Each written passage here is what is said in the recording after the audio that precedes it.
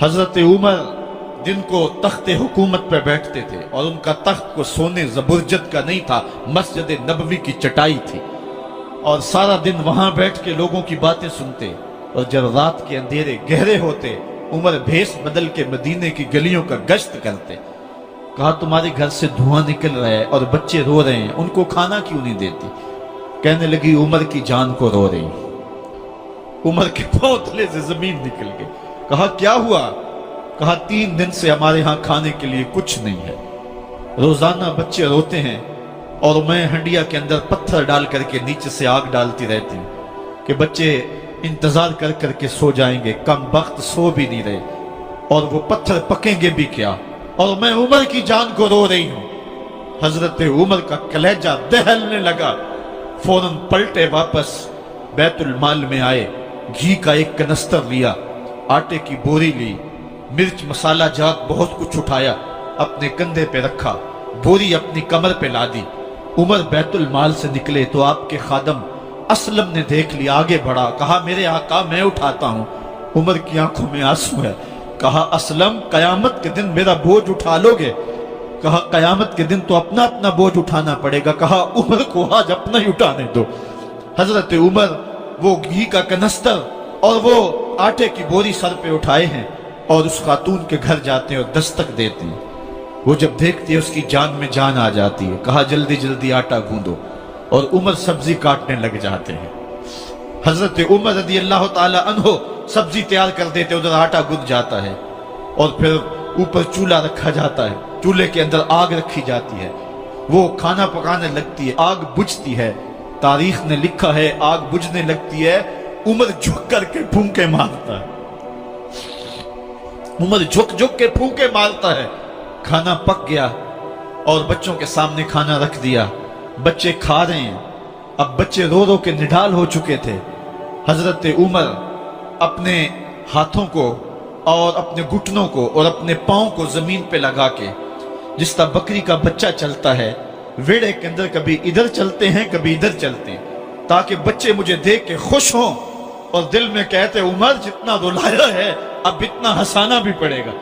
تو کبھی عمر امیر المومنین، یہ میں کسی آج کے جو ہے وہ لوگوں کے ووٹوں پہ منتخب ہونے والے حکمران کی کہانی نہیں سنا رہا، میں اس عمر کی کہانی سنا رہا ہوں جو 23 لاکھ مربع میل کا حکمران ہے، آدھی دنیا کا بادشاہ ہے۔ حضرت عمر جو ہے جس طرح بکری کا بچہ چلتا ہے، اس طرح اپنے ہاتھ اور اپنے گھٹنے زمین پہ ٹیک کر کے جو ہے وہ اس طرح چلتے ہیں۔ بچے عمر کو دیکھ کے مسکراتے ہیں۔ جب بچے مسکرانے لگے تو حضرت عمر نے اس خاتون سے کہا بڑھیا عمر کو معاف کر دے۔ اس نے کہا تو اتنی ہمدردی کیوں کرتا ہے؟ کہا عمر بیچارہ بڑا پھنسا ہوا ہے، فکر ہے اس کو یرموک و فسطاط و حلوان کی، جب فتح ہے مصر تو تیاری ہے ایران کی، آتے جاتے وفد سے ملاقات بھی کرتا ہوگا اور شب کو معلوم حالات بھی کرتا ہوگا، کانٹوں میں الجھی ہوئی بیچارے کی جان ہے، نیند اس کو بھی آتی ہے، آخر وہ انسان ہے، میری بہن عمر کو معاف کر دے۔ اس نے کہا نانا عمر کی بات میرے سامنے نہ کر، قیامت کا دن ہوگا، عمر کا گریبان ہوگا اور میرا ہاتھ ہوگا۔ جب اس نے یہ بات کہی تو عمر برداشت نہ کر سکے، بچوں کی طرح بلک بلک کر رونے لگے۔ کہا وہ بد نصیب عمر تیرے سامنے ہے، آج ہی کہلا جو کہنا ہے، قیامت کے دن مجھے معاف رکھنا۔ اس نے کہا تو عمر ہے؟ کہا بد نصیب عمر تیرے سامنے کھڑا ہوں۔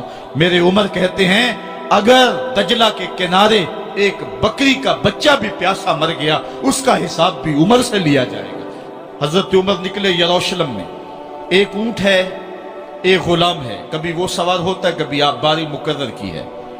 جب قریب پہنچے یروشلم کے تو عمر کی باری نکیل پکڑنے کی اور غلام کی باری اوپر سوار ہونے کی آ گئی۔ غلام نے کہا آقا میں مرضی سے اپنی باری چھوڑتا ہوں، آپ آ جائیں، دشمنوں کے مفتوحہ علاقے میں آ رہے ہیں، تازہ تازہ علاقہ فتح ہوا ہے، اسلام کی شان و شوکت ظاہر ہو۔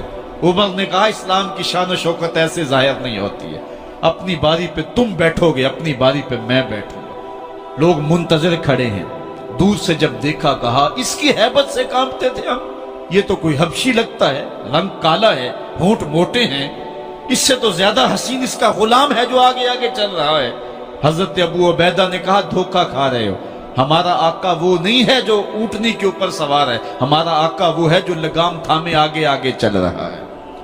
حضرت عمر رضی اللہ تعالیٰ عنہ کو آگے بڑھ کے جابیہ کے مقام پہ حضرت ابو عبیدہ بن جراح نے استقبال کیا، تو حضرت عمر آگے بڑھے اور انہوں نے آگے بڑھ کر کے حضرت ابو عبیدہ کے دونوں کندھوں پہ ہاتھ رکھا، اور سنو حضرت عمر نے کیا کہا، کہا لا الہ الا اللہ انا کنا اذل قوم فاعزنا اللہ بالاسلام۔